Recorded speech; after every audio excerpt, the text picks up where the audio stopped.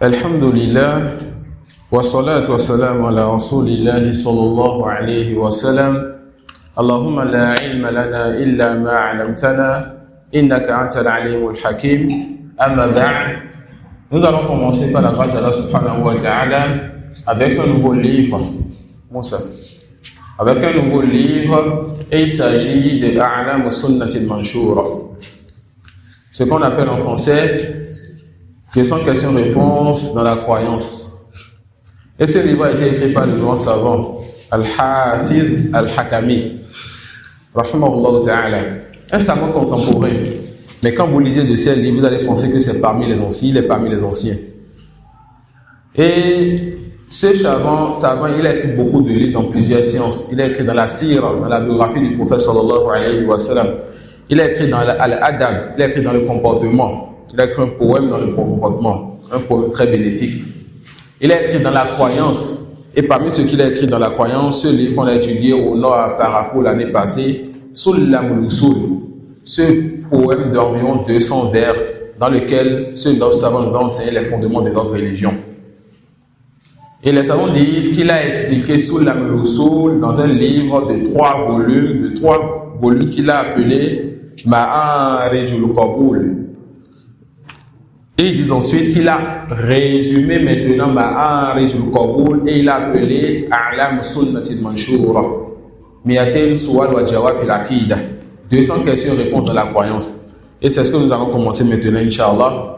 Et contrairement à Al-Wasitiyya, dans lequel nous allons rentrer dans les détails et nous arrêter sur chaque mot. Et vous l'avez remarqué.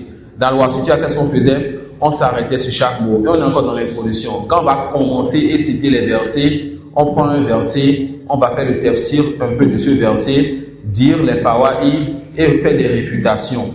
Donc dans Al-Wasitiyya, c'est un charte dans lequel on veut rentrer dans les détails afin que vous puissiez prendre avec force la science des noms et attributs. Mais dans A'lam Sunnati al-Manshura, dans ce livre, on va faire des ta'liqat yasirat.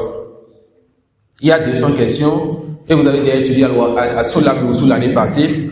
Vous avez déjà étudié les livres de Cheikh Muhammad Abdul Wahhab et vous faites Al-Wasitiyya maintenant. Donc avec ceci, on va réviser vite fait. Vous allez remarquer pour certains sujets qu'on va voir ici, qu'on a déjà vu dans Al-Wasitiyya. Et la répétition va vous aider à faire quoi? Va vous aider à mieux garder la science. Et ce livre va nous donner les preuves de certaines choses qu'on verra dans Al-Wasitiyya et sur lesquelles on ne va pas rentrer dans trop de preuves. Car Inch'Allah, celui qui est devant vous fera en sorte que le sujet qui se répète ne vous ennuie pas. Donc, dans chaque sujet qui se répète, vous allez avoir une nouvelle chose que vous apprenez, Inch'Allah. Wa billahi tawfiq. Al-Muqaddimah. مقدمة. الحمد لله الذي خلق السماوات والأرض وجعل الظلمات والنور ثم الذين كفروا بربهم يعدلون هو الذي خلقكم من طين ثم قضى أجلا وأجل مسمى عنده ثم أنتم تمترون وهو الله في السماوات وفي الأرض يعلم سركم وجهركم ويعلم ما تكسبون وأشهد أن et l'oustaz, là où il est avant la Muqaddimah, il a mis en haut Bismillahir Rahmanir Rahim. Et comme vous le savez déjà, on commence par cette phrase-là, nos livres, nos écrits, afin de demander l'aide d'Allah et de demander à Allah de bénir ce qu'on veut faire. Et on commence là, car Allah il a commencé son livre par Bismillahir Rahmanir Rahim. Et le prophète sallallahu alayhi wa sallam commençait ses écrits par cela. Ensuite, il va faire quoi? Il va, après la basmala, faire Alhamdallah. Après avoir dit au nom d'Allah le tout miséricordieux, le très miséricordieux, il va faire les éloges de son Seigneur. Fafa'lahu jumlatan wa tafsila. Il va faire les éloges d'Allah subhanahu wa ta'ala de façon générale et de façon détaillée. Faqala alhamdulillahi alladhi khalaqa as-samawati wal ard. Alhamdulillah. Il a dit louange à Allah. Je fais donc les éloges et j'évoque mon Seigneur par ses attributs de perfection. On a déjà vu le sens de Alhamd. C'est le fait donc d'évoquer celui que tu aimes, d'évoquer quelqu'un avec amour et avec vénération. Ensuite, il va donner les détails des attributs d'Allah subhanahu wa ta'ala et il rappelle donc l'attribut de création, que c'est Allah qui a créé les cieux et la terre. Et il va rappeler donc aussi que c'est Allah subhanahu wa ta'ala qui a créé l'obscurité et qui a créé la lumière. Et il va se désavouer de ceux-là qui désobéissent à leur Seigneur ثم الذين كفروا بربهم يعدلون. Il dit, c'est Allah qui a créé les cieux et la terre, c'est Allah qui a créé l'obscurité et la lumière. Et avec tout cela, il y a parmi les gens ceux qui mécroient en Allah et qui veulent associer Allah subhanahu wa ta'ala. Al-kafiruna ya'diluna billah. Yani, les mécréants, ils donnent des associés à Allah subhanahu wa ta'ala. Ils leur donnent des leaders, ils lui donnent des associés. Wa huwa allazi khalaqa min tayrin thumma qada ajala. C'est lui qui a créé d'argile notre père Adam. C'est lui qui nous a créé de ceux qui nous a créés. Et c'est lui qui nous a donné, n'est-ce pas, une durée de vie. Il nous dit par là que c'est là qui donne la vie et que c'est là qui donne la mort. Wa ajalun musamma inda. Et Allah, il sait quand est-ce que chaque âme va goûter à sa part de mort. Thumma antum tamtarun. Et vous doutez donc de la rencontre de votre Seigneur. Wa huwa alladhi fis samawati wa fil ard. Il dit que c'est Allah qui est dans les cieux et c'est Allah qui est sur la terre. Ça veut dire quoi? Allah est dans les cieux et Allah est sur la terre. On verra dans ce livre et dans Al-Wasitiyya et dans le livre de l'après-midi que Allah subhanahu wa ta'ala, quand on dit où est Allah, la réponse, il est au-dessus des cieux. Et à nul autre endroit si ce n'est au-dessus des cieux. Allah subhanahu wa ta'ala est au-dessus des cieux. Mais comment comprendre la parole de ce grand savant qui dit qu'Allah, il est aux cieux et sur la terre? Et là, il est au-dessus des cieux, lui-même par son être et par son essence. Et sur la terre, sa science est, c'est-à-dire il sait ce qui se passe. Il voit ce qui se passe. Il entend ce qui se passe. D'accord? Donc, il est Allah au-dessus des cieux et sur la terre. Premier sens, c'est Allah, lui, qui lui-même est au-dessus des cieux et il sait tout ce qui se passe sur la terre. Deuxième sens, qui me dit la personne à 5 enfants? Ici. L'amusement des enfants. Je me suis trompé. J'ai des ustads devant moi. Vas-y. Il est adoré dans les cieux et il est adoré sur la terre. Attends, on va voir ça. Le fait de dire, j'ai oublié que j'ai des ustads devant moi. J'ai voulu faire l'amusement des enfants. Je vais me réunir avec vous. C'est la première et dernière fois, Inch'Allah. Non. Alors, quand on dit qu'il est Allah au ciel et Allah sur la terre, ça veut dire quoi? Ça veut dire que c'est lui qui est adoré dans les cieux et c'est lui qui est adoré sur terre. D'accord? Donc, ne laissez pas les gens vous tromper. Les gens vous disent, mais il y a des versets, il y a des paroles de savants qui disent qu'Allah, il est au ciel, il est sur la terre. On dit, non. Premier sens, il est au ciel par son être et par son essence. Et sur la terre, il sait tout ce qui se passe, il voit tout ce qui se passe, il entend tout ce qui se passe.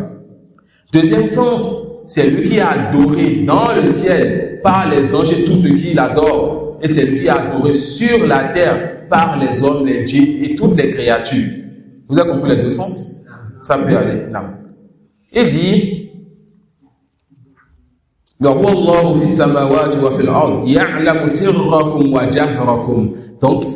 ça vient détailler la partie c'est Allah subhanahu wa ta'ala qui est dans les cieux lui-même et sur la terre, il connaît ce que vous dites, que ce soit en secret ou en cachette. Et que ce soit en secret ou bien de façon apparente. D'accord? Donc ça vient expliquer comment Allah subhanahu wa ta'ala est sur la terre par sa science. Et Allah, il sait ce que vous faites. Et on le verra dans ce livre, dans Al-Wasitiyya et dans le livre de l'après-midi. Que Allah subhanahu wa ta'ala lui-même est au ciel et sur la terre, il sait ce qui se passe. Voilà pourquoi souvent les savants, vous allez prêter attention. Lorsqu'ils vous parlent d'Allah, ils vont vous parler de où est Allah.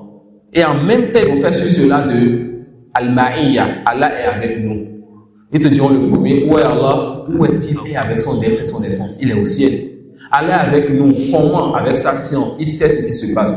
Et c'est tromper celui qui pense qu'Allah lui-même est avec nous sur la terre. Allahu Akbar. Allah est plus grand que tout. Est-ce que la terre peut le contenir? Là, Wallah. Ça peut aller. Est-ce que les cieux peuvent le contenir? Là, Wallah. Non. Il est au-dessus de la terre, au-dessus des 7 cieux. Et il n'y a rien de la créature qui est en lui. Et lui n'est pas dans quelque chose de la créature. Il est au-dessus de tout, subhanahu wa ta'ala. Ça suit. Et on verra cela en détail. Non. وأشهد أن لا إله إلا الله وحده لا شريك له أحد صمد لم يلد ولم يولد ولم يكن له كفوا أحد بل له ما في السماوات والأرض. Le cheikh a envie qu'on se fatigue un peu. On a envie de marcher vite fait sur ce livre et avancer. mais il dit des choses, sa parole, il y a du miel dedans. Et quand tu vois le miel, tu dégustes cela. On ne peut pas sauter n'importe comment. Il dit, j'atteste qu'aucune divinité ne mérite l'adoration en dehors d'Allah. Il atteste donc avec science et certitude, il dit avec sa langue et il vous l'écrit qu'aucune divinité ne mérite l'adoration en dehors d'Allah. Wahdahu la sharika Allah. Allah seul mérite l'adoration, personne d'autre en dehors de lui. Ahadun, il est unique et Ahad fait partie des noms d'Allah. As-Samad, Ahad fait partie des noms d'Allah et Al-Wahid fait partie des noms d'Allah. Et ces deux noms montrent qu'il est unique dans ses actions, unique dans ses noms et attributs et le seul qui mérite l'adoration. Ça veut dire quoi? Allah, il est Ahad. Ça veut dire quoi? Allah, il est Al-Wahid. Qu'Allah est unique. Il est unique dans trois choses. Unique dans ses actions. Lui seul crée du néant. Lui seul accorde la subsistance. Lui seul donne la vie et la mort. Il est unique dans ses noms et attributs. C'est lui seul qui, au-dessus de ces cieux, entend tout ce qui se passe dans les cieux et la terre, voit tout ce qui se passe dans les cieux et la terre. Et c'est lui seul qui, subhanahu wa ta'ala, a la science parfaite de ce qui est dans le cœur de tout ce qui est dans les cieux et la terre. Ça suit. Donc, il est unique dans ses actions, unique dans ses noms et attributs. Et il est le seul qui mérite l'adoration, c'est le troisième. Il est le seul qui mérite l'adoration. Donc, quand je dis Allahu Ahad, je ne dois pas adorer autre que lui. Ça suit. As-Samad.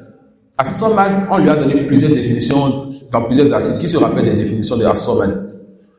Quand on dit Allahu Samad, qui s'en souvient? Non.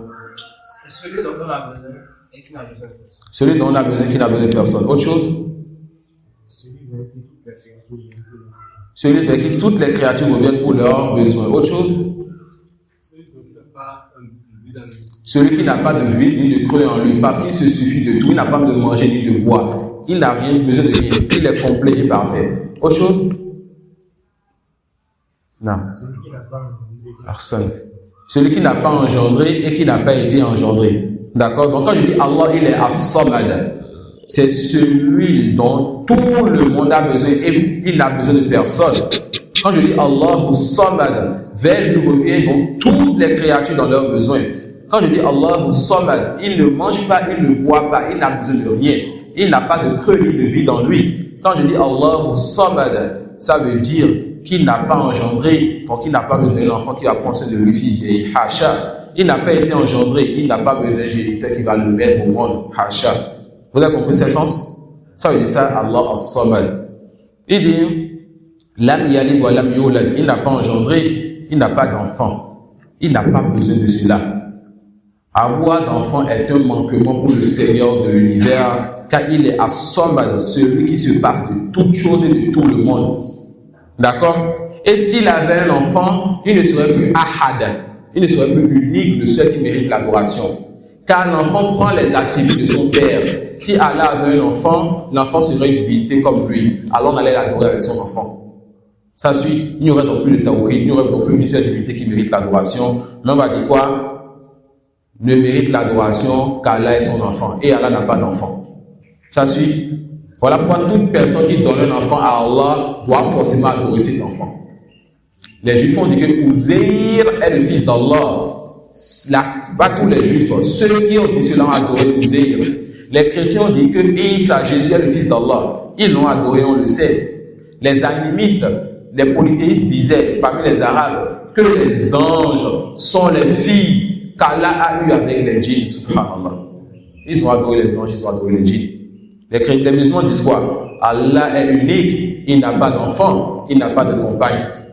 Apprenez votre religion, car les gens sont en train de dire sur votre Seigneur ce qui fait trembler les cieux et la terre. Il dit ensuite, il n'a pas de semblable, il n'a pas d'équivalent. Rien n'est comme Allah subhanahu wa ta'ala. Rien n'est comme Allah dans sa perfection. Voilà pourquoi lorsqu'on a dit son nom, As-Salam, c'est celui qui n'a aucun manquement, alors que toute chose en dehors de lui a un manquement. Et c'est celui qui est unique dans sa perfection, subhanahu wa ta'ala. Walam yakun lahu kufuwan ahad. Bal lahu fi samawati wal ard كل له قانتون بديع السماوات والأرض وإذا قضى أمرا فإنما يقول له كن فيكون وربك يخلق ما يشاء ويختار ما كان لهم الخيرة سبحان الله تعالى عما يشركون لا يسأل عما يفعل وهم يسألون. Ensuite, il a amené d'autres choses pour décrire son Seigneur, pour parler donc de son Seigneur.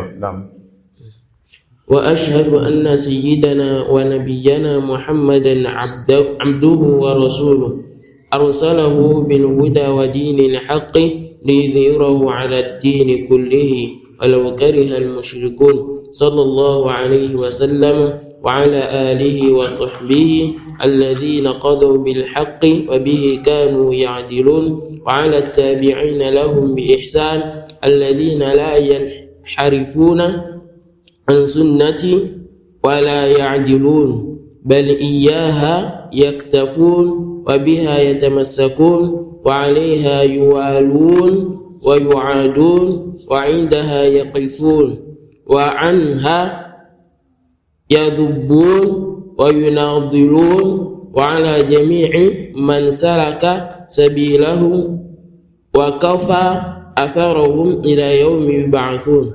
سبحان الله. Quelle belle introduction. L'auteur dit wa ashhadu, j'ai la science qui m'a accordé la certitude et qui m'amènera à vous dire que j'atteste anna Muhammadan nabiyyana anna sayyidana wa nabiyyana Muhammadan abduhu wa rasuluhu sallallahu alayhi wa sallam. Je vous dis de science certaine que le prophète, que Mohammed sallallahu alayhi wa sallam est serviteur et prophète de son Seigneur, ou serviteur et messager de son Seigneur.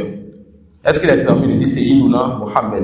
La réponse oui. D'accord? La réponse oui. Cela n'est pas interdit. Mais cela peut être délaissé pour tout simplement dire notre prophète Mohammed sallallahu alayhi wa sallam. Et est-ce qu'il est permis d'appeler autre que le prophète Sayyiduna? La réponse oui. D'accord? Notre maître, notre très cher, ça dépend du sens que tu veux. Et certes, Omar disait Bilal Sayyiduna. Bilal est notre maître. Et il a été libéré, quand il était un esclave, il a été libéré par notre maître, c'est-à-dire Abu Bakr. D'accord? Cette dureté qu'on a parfois avec les soufis, mais certains égarés qui disent Sayyiduna, non, c'est pas ça notre problème à nous. Notre problème, c'est ses fondements. D'accord? Ce qu'on va débattre avec lui, c'est ses fondements.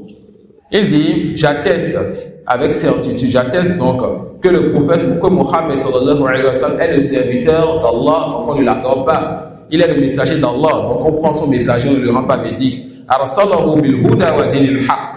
Oh, vous qui étiez là le matin, ça veut dire quoi le huda? Al-huda, c'est la science bénéfique, wa dinil haqq. Les amal salih, les bonnes actions. Et c'est ça, c'est comme ça on l'étudie. Vous avez appris dans notre livre, vous comprenez quand vous lisez ici. Alors on voit le prophète sallallahu alayhi wa sallam avec la huda wa ilm al-haq wa din al-haq, avec la science bénéfique, car ce n'est pas toute science qui est bénéfique. Avec la science bénéfique et la mise en pratique de cela. D'accord? Bil huda wa din al-haq li yuzhirahu ala din kulli, afin que la religion du prophète sallallahu alayhi wa sallam prenne le dessus sur toutes les religions. Voilà pourquoi on dit quand tu apprends, le reste c'est facile. Ça veut dire quoi? Qu'il faut que la religion la prenne le dessus sur toutes les autres religions, que cela prenne le dessus par la force. Quand les conditions sont réunies, un dirigeant musulman avec l'armée officielle du pays qui défend le pays ou bien qui combat l'ennemi qui veut du mal à la religion de ce pays-là.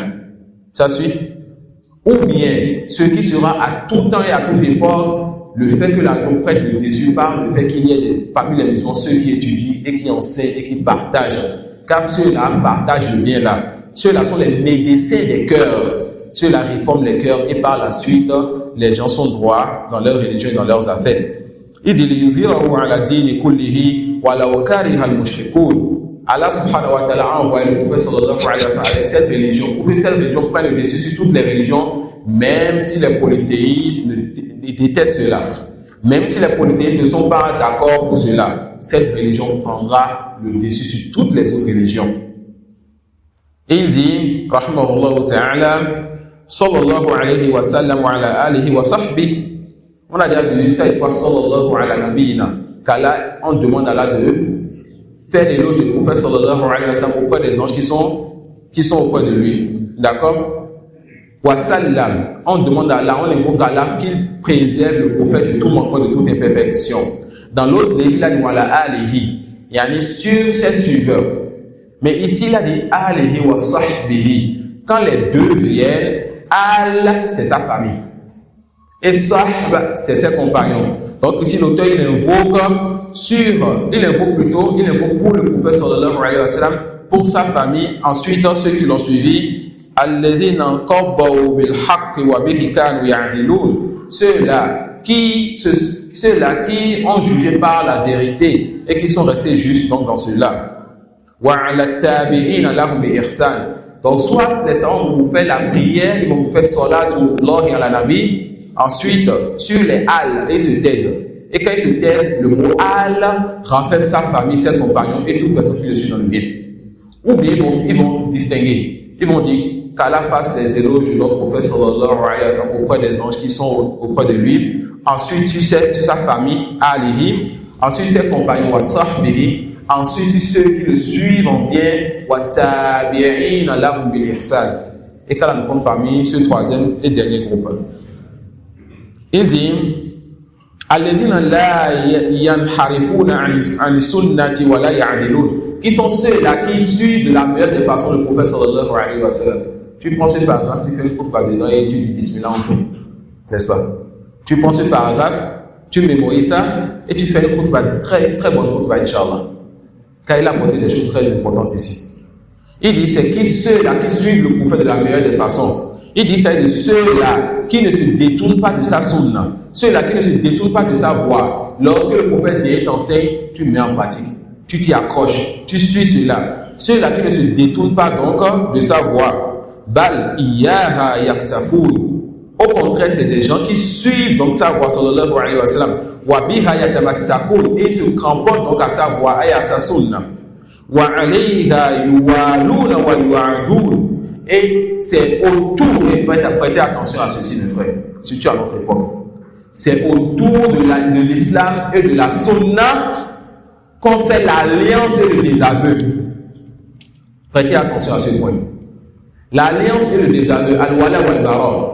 On aime ceux qui se rapprochent de la sunna et de l'islam, et on déteste ceux qui se éloignent de l'islam et de la sunna.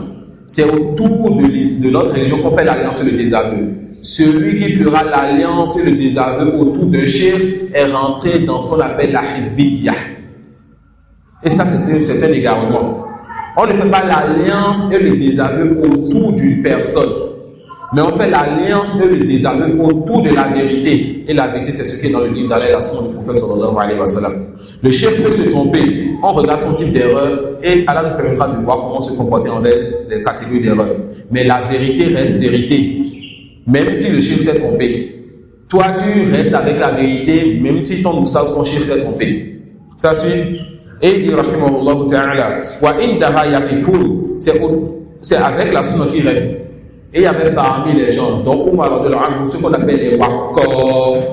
C'est qui un waqaf? C'est celui-là, lorsqu'il entend un texte religieux, qu'il comprend, il s'arrête. Il veut faire ceci, on lui dit, Allah a dit, le prophète a dit, il s'arrête. Il n'avance plus. Il ne fait plus un pas de plus.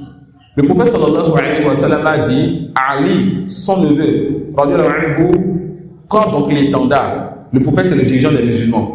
Il a son armée. Parmi son armée, il a son neveu Ali. Il dit, prends l'étendard et son cousin Ali. Il dit, prends l'étendard et va combattre avec l'armée. Ça suit. Et il dit, ne te retourne pas jusqu'à ce que tu atteignes la terre de ceux qui désobéissent à Allah et que vous les appeliez à l'islam ou que vous les combattiez. Il a dit quoi? Ne te retourne pas. Ali, il prend l'étendard, il avance. Il a entendu le texte religieux. Le texte a dit quoi? Ne te retourne pas. Ali avance. À un moment donné, Ali, il a une question. Il n'a pas encore quitté Médine. Il ne s'est pas encore séparé du prophète. Donc, il peut partir, revenir s'il veut. S'il a une question, Ali veut poser une question au prophète sallallahu alayhi wa sallam. Il reste droit, regardant donc sa direction, il ne regarde même pas le prophète qui est derrière lui, il lève la voix au messager. Alamada ou Kotiluhu. Je vais les combattre pourquoi? Ceux-là, je vais les combattre pourquoi? Le prophète lui dira donc, tu vas les combattre jusqu'à ce qu'ils attestent qu'aucune divinité ne mérite l'adoration d'Allah. Ou encore, ils entendent le test, ils mettent en pratique. On ne te retourne pas. Ils pouvaient se retourner là sans problème. Mais ou encore, ils restent sur le test. Ça suit, il reste sur le test. Le prophète voit l'un de ses compagnons qui a porté une bague en or. Et l'or, c'est pour enjoliver nos épouses et nos filles et nos mères. L'or n'est pas pour les hommes. Les boucles d'oreilles ne sont pas pour les hommes. Les chaînes ne sont pas pour les hommes dans leur communauté. La beauté de l'or se trouve à son foyer. Sa bague et sa montre et toute couleur sauf l'or. L'argent lui est permis. Ça suit, il voit un compagnon porter de l'or. Et il interdit cela au compagnon. Le compagnon enlève sa bague en or et jette cela. Et qui vous dira la valeur de l'or? Les gens lui disent, mais et si tu prenais cela pour aller vendre et profiter au moins de l'argent? Il dit, il ne me convient pas de prendre quelque chose que le prophète sallallahu alayhi wa sallam il a jeté. Ça suit, ça peut aller. Il n'est pas permis pour toi de porter, mais donne ça à ton épouse. Prends ça et va vendre. Mais wakof. Le test vient, il ne se pose plus de questions. Les compagnons sont ensemble avant que l'alcool ne soit totalement interdite. Ils étaient en train de boire, de prendre le temps. Et il y a quelqu'un qui crie, on a certes interdit l'alcool, c'est-à-dire le verset vient de descendre, on a interdit de boire l'alcool. En même temps, les compagnons prennent leur verre d'alcool et versent ça, et ils ont versé l'alcool partout dans les rues de Médine. Wakof, ils s'arrêtent lorsqu'ils voient les tests. Ils ne disent pas, mais laisse-moi réfléchir. À mon avis, mais je suis intellectuel. Non, reste là où le test est venu.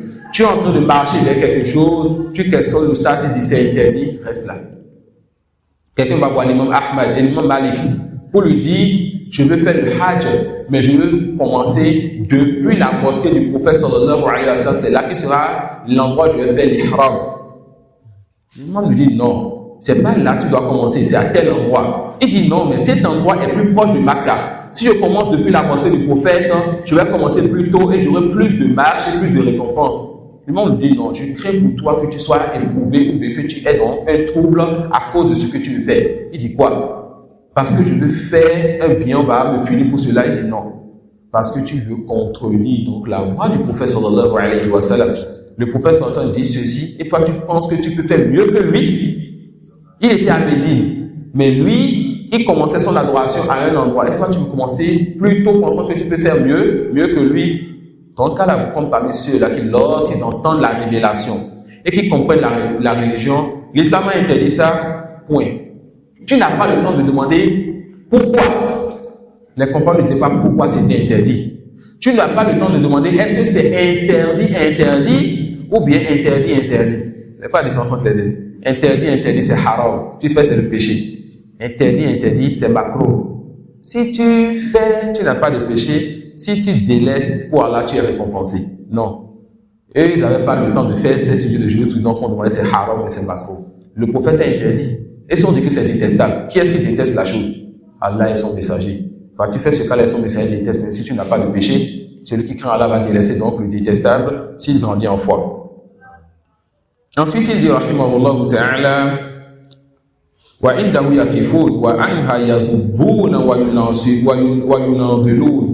C'est sur la sunna du prophète sallallahu alayhi wa sallam que ces gens-là qui se veulent de cette sunna, ces gens-là qui se veulent de cette religion, qui veulent préserver la première religion, la première compréhension, c'est ceux-là qu'ils défendent. Ils défendent cette sunna-là. Ils se battent pour cette sunna-là. Ils donnent de leur temps, de leur argent, de leur bien pour défendre cette sunna-là. Afin que lorsqu'on vient dans la maison d'Allah, ce soit pour dire Allahu Akbar, Allahu Akbar, Sami Allahu liman hamida. C'est quoi ça? On fait la prière. Et que jamais dans la maison d'Allah, on ne voit donc des instruments de musique, les filles et les hommes mélangés qui dansent et qui prennent du thé. Il n'y a pas de veille dans nos mosquées. Ça suit. Alors, c'est pas la préservation de nos sunan que vous allez toujours prier quand vous priez. Vous priez comme le messager sallallahu alayhi wa sallam et vous asseyez pour étudier comment les commences à essayer avec le messager sallallahu alayhi وعلى جميع من سلك سبيلهم وقفى أثرهم إلى يوم يبعثون. L'auteur il évoque donc pour toute personne désireuse de suivre les pas et les traces des compagnons du prophète Mohammed sallallahu alayhi wa sallam. Et on espère de cet auteur qu'il fasse partie des pieux serviteurs d'Allah. Wallahu hasibuhu. Alors voilà donc une pieuse personne, Inch'Allah, qui invoque donc pour nous. qu'Allah subhanahu wa ta'ala nous compte parmi ceux-là qui vont suivre de la meilleure des façons les traces des compagnons. أما بعد فهذا مختصر جليل نافع. L'auteur même te dit que cet épître est un mukhtasar. Al-mukhtasar wa ma qalla lafzuhu wa kathra ma'na. Le mukhtasar, c'est un petit épître. C'est un livre qui n'est pas grand, mais le sens et les leçons de ce livre sont nombreux. D'accord? En peu de lignes, il te dira beaucoup de choses. Prêtez donc attention qu'à chaque chose qu'il dira, ça va renfermer beaucoup de choses. Vous allez en peu d'heures devenir de grands oustas en religion. Et quand vous devenez de grands oustas, mettez en pratique et appelez les gens et enseignez aux gens. Non. عظيم الفائدة جم المنافع. L'auteur même te dit, ce grand savant, que ce petit livre-là renferme beaucoup de fawaïd, de leçons. D'accord? Et que ce petit livre est vraiment important. Et il le dit, après avoir écrit le nazm, le poème, et après l'avoir expliqué en 3 gros volumes, il a dit, non, c'est vraiment très important. Je vais encore résumer ces gros volumes-là, pour que tout le monde en quelques minutes puisse lire ceci. Vous voyez le souci de nos savants. Il écrit à l'âge de 19 ans un poème de 200 vers, que les grands et les petits mémorisés et étudient jusqu'à présent dans toutes les langues. Il explique ça en 3 gros volumes. Quand je vous dis 3 gros volumes, les 3 ensemble vont être plus gros que ceci. Il explique cela, il se dit c'est très bénéfique. Alhamdulillah qui m'a permis de faire ce bien. Mais il se peut que quelqu'un n'ait pas le temps d'étudier ces 3 volumes. Et que quelqu'un lise le poème, mais ne comprenne pas le détail. Je vais alors écrire un livre qu'on appelle Nasr. Ce n'est pas un poème, c'est une écriture comme les livres normaux.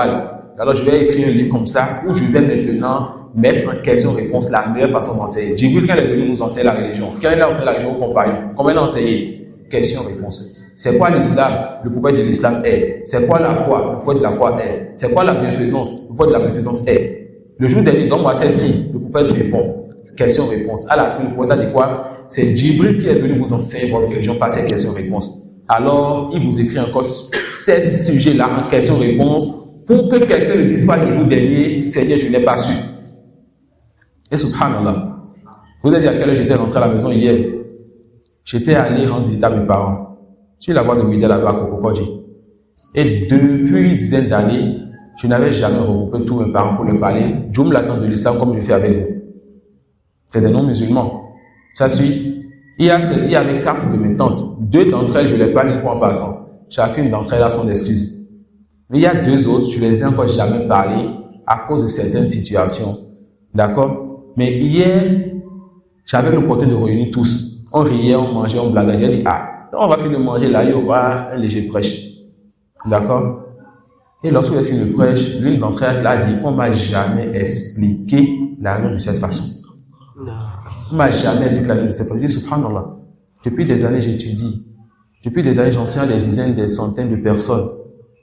Mais ma tante me dit qu'on ne lui a jamais expliqué l'islam de cette façon. Quel grand manquement dans ta propre famille, ô Mohammed. Qu'Allah nous pardonne, qu'Allah nous réforme. Ça suit, qu'Allah subhanahu wa ta'ala nous pardonne et qu'Allah subhanahu wa ta'ala nous réforme. Donc on a un grand devoir. Souvent quand on se convertit, on est orienté vers le fait d'étudier et de faire profiter les autres et on oublie, on néglige notre famille. Parfois on a la dureté envers eux.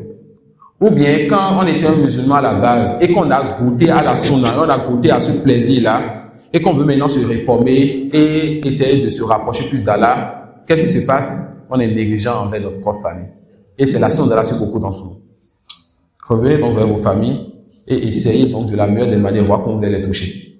Ça suit. Cherchez les opportunités qu'il faut et que l'un d'entre eux ne dise pas le jour dernier, Seigneur, je n'ai jamais entendu, je ne savais pas. Je fais partie de ceux-là qui n'ont pas entendu le message. Alors c'est le jour dernier qui sera éprouvé. Et on dira, toi, qui t'assieds devant les gens, qu'as-tu fait pour ta famille?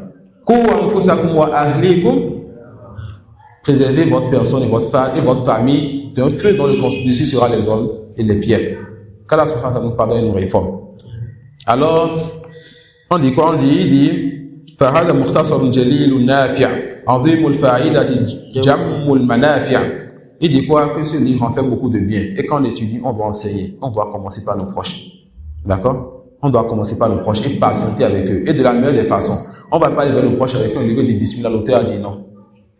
On n'a pas dit ça. Moi, j'ai introduit hier, tout simplement, que Alhamdulillah, Allah m'a permis tel bien. Et depuis un certain nombre de temps, j'appelle les gens à telle voix. Et ce à quoi je les appelle, c'est ce que vous savez déjà. On sait tous qu'on a un créateur, une seule divinité qui nous a créé, n'est-ce pas? Est-ce que c'est Jésus qui vous a créé? Elles sont des chrétiennes. Elles ont dit non. Je dis, c'est celui qui est au ciel qui nous a créé, n'est-ce pas? Elles ont dit oui. Je dis alors, moi, je suis dans cette religion-là, la religion des prophètes, des messagers, que vous connaissez déjà, mais que vous avez oublié. C'est quoi le premier commandement des 10 commandements? Elles ont dit ça. Toi, récite-moi le Notre Père qui est aux cieux, que ton nom soit sanctifié. Dites-moi donc, lequel d'entre vous sanctifie le nom du Créateur? Vous sanctifiez quel nom? Au nom de Jésus, sang de Jésus. Avec cette introduction, déjà, elles ont compris que je suis venu à eux de quelque chose qui est dans leur livre, de quelque chose que les messagers ont amené, mais ils ont perdu cette trace-là. 15-20 minutes, on a fini. Ma tante me dit, on ne m'a jamais expliqué la religion comme ça. J'ai dit, subhanallah, j'ai failli trembler quand il m'a dit ça. Qu'Allah nous pardonne. Ensuite, l'auteur dit, Yashtamilu ala qawa'id ad-din. Il dit, ce livre-là regroupe, ou bien ce livre rassemble les fondements de la religion. Ce livre-là rassemble les fondements de la religion. Et c'est ça qui est important, enseigner toujours les fondements aux gens. وَيَتَضَمَّنُ أُصُولَ التَّوْحِيدِ الَّذِي دَعَتْ إِلَيْهِ الرُّسُلُ. Et ce livre renferme aussi les fondements du tawhid. Ce tawhid, le droit d'Allah, adorer une seule divinité sans lui donner d'associé. Ce livre renferme ce fondement-là auquel les messagers ont appelé. Et c'est pour cela que les livres sont descendus. La najata liman bi ghayrihi yadin. Subhanallah. Il n'y a aucun bien pour celui-là qui va vouloir donc avoir comme culte ou se rapprocher d'Allah par autre que le tawhid. Le bien est pour celui qui dit j'invoque Allah seul. Et non pour celui qui dit je demande à Allah par l'intermédiaire de la tombe ou de chez vous. Je demande à Allah par l'intermédiaire des fétiches de saints, de Jésus ou des arbres. Toute personne qui prend entre Allah et lui l'intermédiaire à cette heure dit sur Allah ce qu'il ne faut pas. Car cette personne a prétendu qu'Allah subhanahu wa ta'ala ne peut pas entendre son évocation jusqu'à ce qu'on passe par autre que lui. Il s'est trompé dans les noms et attributs d'Allah. Cette personne a prétendu que ce saint-là mort, Jésus, vivant mais qui n'en entend pas, ces morts-là, ces pierres-là, l'entendent alors que seul Allah est capable d'entendre au-dessus des cieux, au-dessus des 7 cieux. Et il a donné Allah comme il a donné ces choses-là comme associés. Ils ont donc invoqué ces choses en dehors d'Allah. Le polythéiste est dans une injustice terrible. Allah crée et lui il adore autre qu'Allah. Allah accorde la subsistance, il adore autre qu'Allah. Allah lui envoie des messagers et un livre pour l'appeler à la vérité et il combat et dément ces messagers. Quelle injustice donc? Quelle injustice du polythéiste. Il dit La najata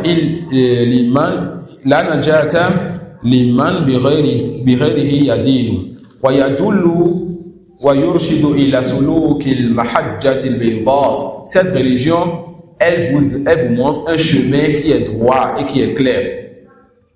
Wa manhajil haqqi al muntasibina sharahtu fihi umur al iman wa khisalahu wa ma yuzilu jami'ahu aw yunafi kamalahu. Al-ihaqatu bi shay'in wa la fahmihi. L'auteur te dit qu'il a expliqué dans ce livre, ce qui a rapport avec la foi. Ainsi que ce soit ses fondements ou les choses particulières qui ont rapport avec la foi. Et il a mis dans ce livre ce qui peut annuler la foi de quelqu'un et faire sortir la personne de l'islam ou diminuer la foi de quelqu'un et amener cette personne à mériter l'enfer pour un certain temps. Voilà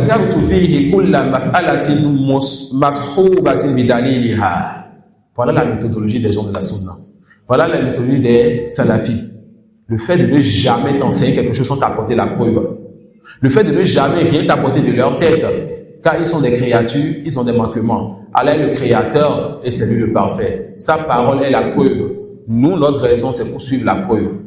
Il dit quoi? Rahimahullah. Et chaque sujet qu'il a apporté, il a apporté ce sujet-là avec la preuve qui va avec cela.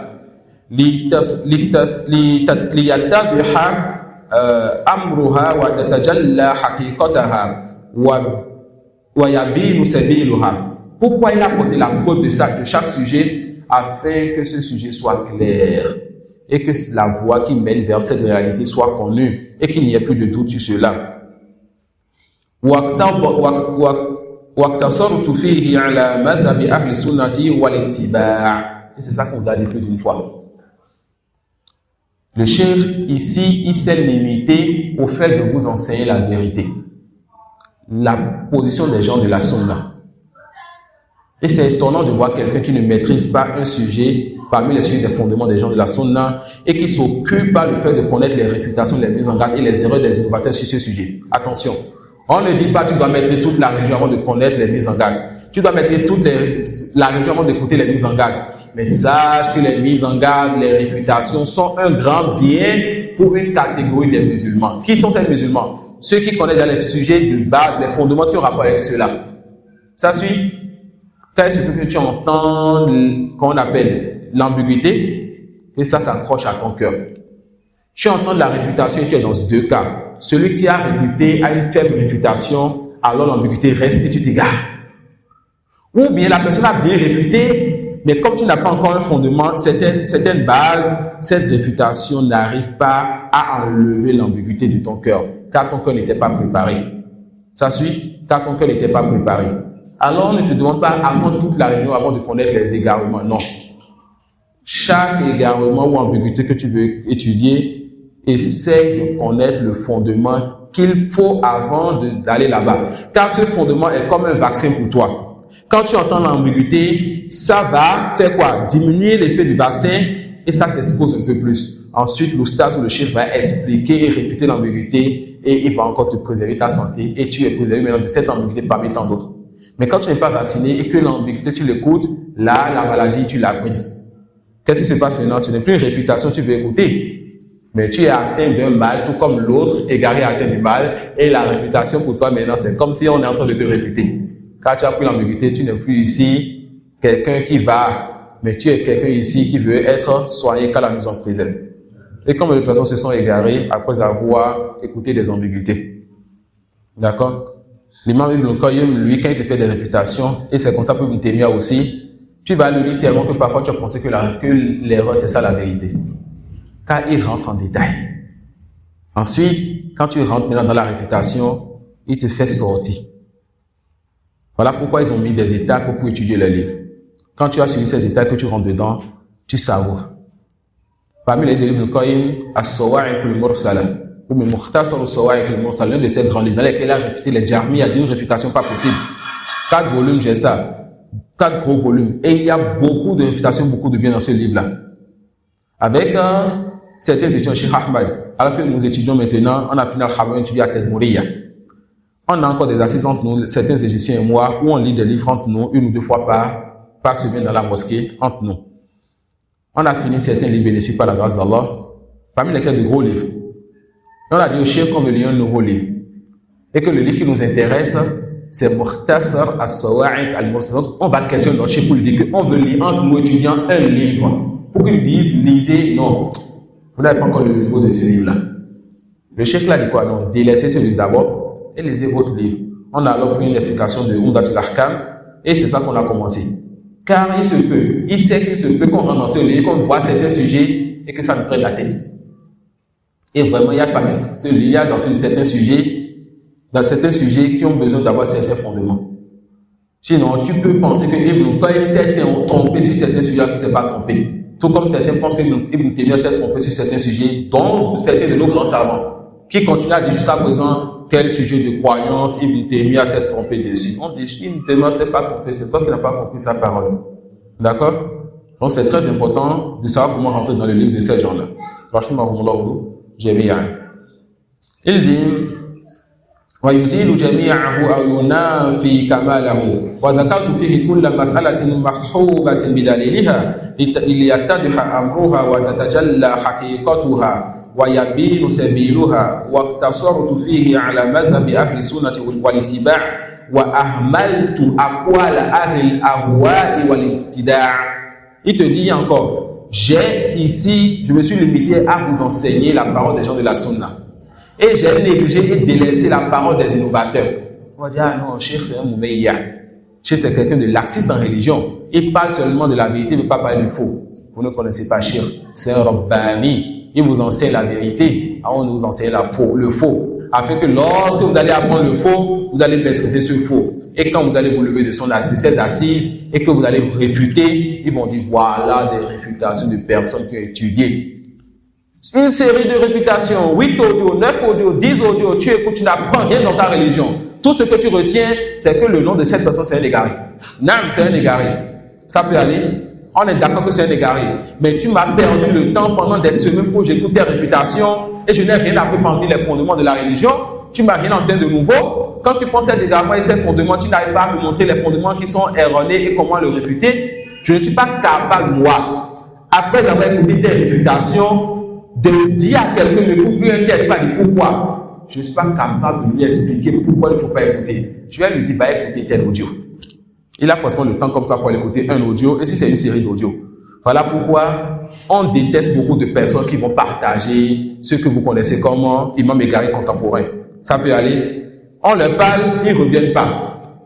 Tout simplement parce que quand on leur parle, on leur dit c'est un égaré. Il dit pourquoi? Tu dis parce que les étudiants parlaient sur lui. Tu as écouté toute une série. Où sont tes notes? Où est-ce que tu as écrit? La réfutation est une science. Et tu n'es pas capable de nous donner 16 erreurs. Et si tu dois dire 16 erreurs, c'est que tu vas dire qu'il marche avec les filles. Non, non. C'est quoi ces fondements? Pourquoi on le réfute en tant qu'innovateur? Tu suis une série de réfutations, tu ne peux pas dire ces choses-là. Et tu vas dire à cette personne, va écouter donc tel étudiant, tel prédicateur. Et s'il va l'écouter, comme il est déjà attaché à cette personne, même s'il écoute, tu vas dire, vous n'avez rien contre lui. Combien de personnes combien de personnes suivent des égarés, ont écouté au lieu des réfutations, mais ils ne sont pas revenus? Parce que dans la réfutation, ils n'ont pas montré pourquoi on va le délaisser. Ça peut aller. Alors que beaucoup de personnes qui suivent ces prédicateurs français, que vous savez qui sont des gens qui ont des erreurs, beaucoup d'entre eux, ils ont le cœur doux. Ils pleurent quand ils les écoutent. Si vous leur montrez comment ces prédicateurs nuisent à la religion avec le fondement, ils vont délaisser ces prédicateurs. Vous comprenez? Et si vous voulez faire des réfutations solides, c'est en apprenant la science, comme l'auteur est en train de vous dire ici. Prenez la vérité, maîtrisez ça avec les preuves. Prenez le faux, maîtrisez avec les preuves. Ensuite, quand vous parlez, votre parole, n'est-ce pas, sera comme une flèche que vous lancez dans le cœur de ces gens de faux et le mal va s'éteindre. Ça suit. Il dit alors, rahimahullah ta'ala, wa ahmaltu aqwala ahli al-ahwa'i wal-ittiba' idh hiya la tuzkaru illa bi raddi 'alayha. La parole des innovateurs, on ne cite pas ça partout. On cite pour réfuter cela. Wa irsal siham sunnati 'alayha, et afin de lancer les flèches de la sunna vers eux. Wa qad tasadda li kashfi awariha al-a'immatul ajilla. Il a dit quoi ici? Qui sont ceux-là qui se sont levés, qui se sont assis pour réfuter les innovateurs? Al-a'immatul ajilla. Les grands savants. Et qui est le grand savant?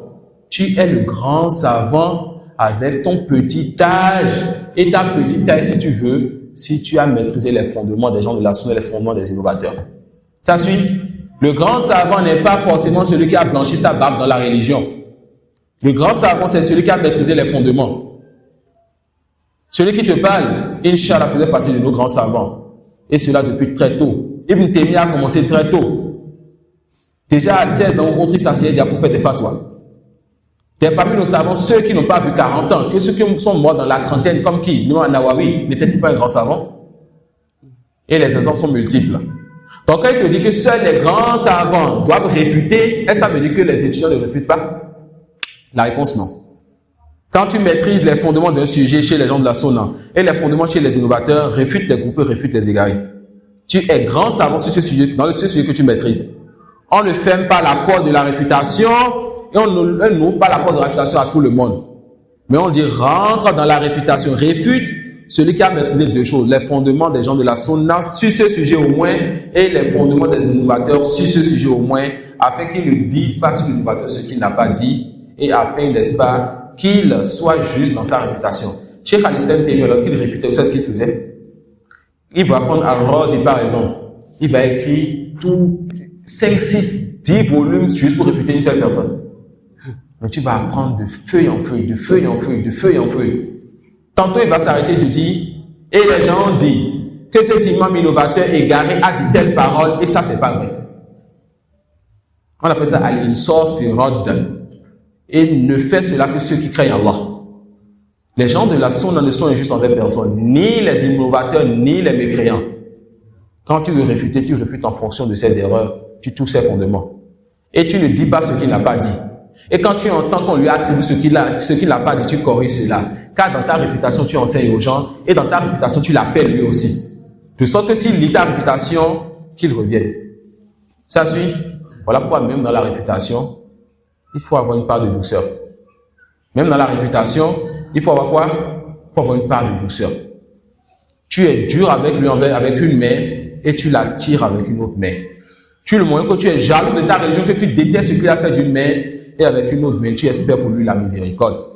Est-ce qu'il interdit donc pour un musulman innovateur vivant d'invoquer Allah qu'Allah le guide? La réponse non. Cela peut être même obligatoire pour toi si tu veux le réfuter. Tu refuses son erreur afin que les musulmans soient préservés de son mal. Tu refuses son erreur afin qu'il revienne et tu invoques Allah qu'Allah le guide vraiment vers le bien. Et se peut que s'il a un imam dans les garments, qu'il a des suiveurs, s'il se corrige, beaucoup de personnes viendront avec lui. Mais subhanallah, c'est à quoi? Que chez certains, les réfutations, les mises en garde sont devenues quoi? Je le combat, je veux le tuer. Ça peut aller, pas de miséricorde, non. La réponse non. La réponse non. Tout son cœur lorsque tu le réfutes. Montre-lui ses erreurs qu'il doit revenir, qu'il craigne donc Allah subhanahu wa ta'ala dans ce qu'il fait comme erreur, dans ce qu'il a comme égarement pour les gens. Mais quand même, la dureté a sa place dans la réfutation. Et la dureté et la douceur, cela vient avec la science et la sagesse. Par la science, tu sais celui qui mérite que tu sois dur. Par la science, tu sais celui qui mérite que tu sois sage. Et par la sagesse, tu places la douceur et la dureté à sa place. Ça suit? Tu places la douceur et la dureté à sa place. Vous connaissez tous l'histoire de Cheikh Mohammed Abdul Wahhab. Quand il écoutait un cheikh qui s'est trompé, qui a dit une parole de kouf. Il a dit Wal Kaaba.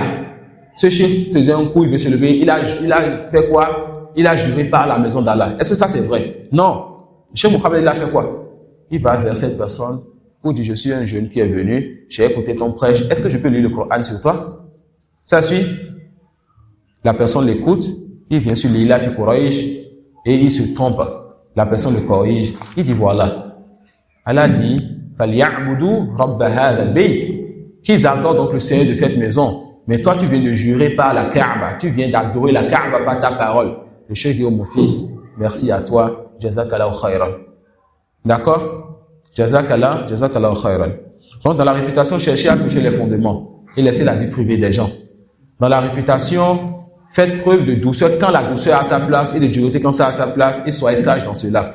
Dans la réfutation, ayez de insaf. Ne dites pas ce que l'innovateur n'a pas dit, ni ce sur quoi vous doutez. Dites ce qu'il a dit et on espère, n'est-ce pas, que les gens le délaissent et pourquoi pas que lui-même y revienne. Et c'est ce que nous voulons pour cette communauté. Il dit ensuite, rahimahullah ta'ala, تصدى لكشف عوارها الأئمة الأجلة وصنفوا في ردها وإبعادها المصنفات المستقلة مع أن الضد يعرف بضده ويخرج بتعريف ضابطه وحده فإذا طلعت الشمس لم يفتكر النهار إلى استدلال وإذا استبان الحق واتضح فما بعده إلى ضلال. Il vient de vous dire ce que je vous ai dit tout à l'heure. Il dit les savants servent à réfuter les égarés. Non, on va continuer à les réfuter. Mais dans mon livre, moi je veux seulement vous enseigner les fondements des gens de la sunna. Car on connaît quelque chose par son contraire. Si vous connaissez la vérité, vous savez que tout ce qui s'oppose à ce qui est dans ce livre sur ce sujet est faux. Lorsque le soleil se lève, alors la journée n'a plus besoin qu'on appelle de lumière pour voir le chemin. Lorsque la vérité vient, tout ce qui est après la vérité, c'est du faux. Il dit, وَرَتَّبْتُهُ عَلَى طَرِيقَةِ السُّؤَالِ لِيَسْتَيْقِظَ الطَّالِبُ وَيَتَنَبَّهُ. Et on a vu que ceux qui dormaient se sont levés. Il a dit que son livre-là, il a mis ça en forme de question-réponse afin que l'étudiant en sciences se lève donc et prête attention. ثم أردفه بالجواب الذي يتضح الأمر به ولا يشتبه وسميته. Il dit quoi? Il a mis des questions-réponses afin que l'étudiant puisse se lever et prêter attention. et ensuite lui-même il donne les réponses pour que les choses soient claires et que le chemin soit connu. Il a appelé son livre. Certains savants écrivent des livres et donnent le nom. D'autres écrivent et ne donnent pas le nom et c'est après que d'autres vont venir donner le nom.